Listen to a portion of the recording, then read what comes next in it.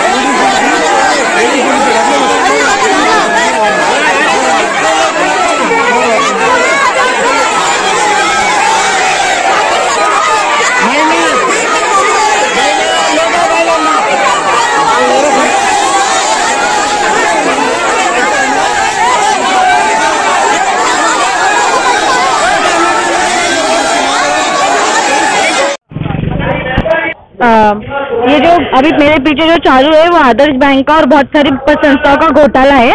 यहाँ पे इम्तियाज जलील सर सबको नेतृत्व कर रहे हैं, बहुत सारे लोगों के, जिनके जो लोगों ने बर्तन धो के, रिक्शा चला के, लोगों से भीख मांग के, खुद की खेती सब बेच के यह बैंक में पैसा जमा किया था। बट जैसे मानकापे, अदानी, इन जैसे लोगों ने सारे लोगों का पैसा खा लिया है और आज अभी इन लोगों को रास्ते पे उतरने की बारी आई है। इसके पहले भी खासदार सर ने बहुत सारे मोर्चे लिए, उसका रिजल्ट हमें पता चला है। बहुत सारी प्रॉपर्टी है जो अभी तक नीलाम के लिए लाई गई है और थोड़ी प्रॉपर्टी नीलाम हो गई है, लेकिन हमारा कहना है कि सबको सबके हक का पैसा मिलना चाहिए। हम हमारे पैसों के लिए लड़ रहे हैं, किसी के पैसों के लिए नहीं लड़ रहे हैं। तो गवर्नमेंट ने हमारा पैसा देना चाहिए, आरबीआई के रूल्स चेंज होने चाहिए। जो बैंक और संस्था में लोग पैसे जमा करते हैं उनको उनका पैसा मिलना चाहिए। यहाँ पे कम से कम परतूर, अकोला और बहुत सारी जगह से, पिशोर, यहाँ से लोग भर भर के गाड़ी में अपने फैमिली के साथ आए हुए, सिर्फ पैसों के लिए आज उनको रास्ते पे उतरना पड़ रहा है। जिन लोगों के पास करोड़ों की आबादी है वो मानकापे के हवाले करके आज लोग भिखारियों जैसे यहाँ पे रोड पे खड़े हैं। तो गवर्नमेंट को एक ही रिक्वेस्ट है कि उन्होंने हमारा पैसा जल्दी से जल्दी देना चाहिए। Thank you. शिवानी गानार. माझा प्रॉब्लेम आहे की आम्ही या मानकापेच्या संस्थेमध्ये आमचे पैसे टाकले. आम्ही काही चुकी केली का? आम्ही 11 लाख रुपये टाकले आणि त्यांनी आम्हाला 1 रुपया सुद्धा फेकून मारला नाही. माझे पप्पा एक ड्रायव्हर आहे, आयसर चालवतात. माझ्या वडिलांनी शिक्षणासाठी पैसे जमा केले आणि आदर्श बँकेमध्ये टाकले आणि ते पैसे आम्हाला 1 रुपया सुद्धा मिळाला नाही त्याचं काय? आता आम्ही शिक्षण कसे करणार? तुमचं नाव? साक्षी पोपट वेताळ. सर, आमच्या आदर्श बँकेमध्ये 15 लाख रुपये आहे. आम्ही शेती विकून त्या बँकेत टाकले मुलांच्या शिक्षणासाठी. त्या बँकेमध्ये पैसे टाकायला आमची वय बसत नव्हती, तर त्यांनी आमची वय वाढवून घेतली आणि ते पैसे टाकायला लावले आम्हाला. आमची फसवणूक केली त्या मानकाप्याने आणि ते बँकेमधले कार्यकर्त्यांनी.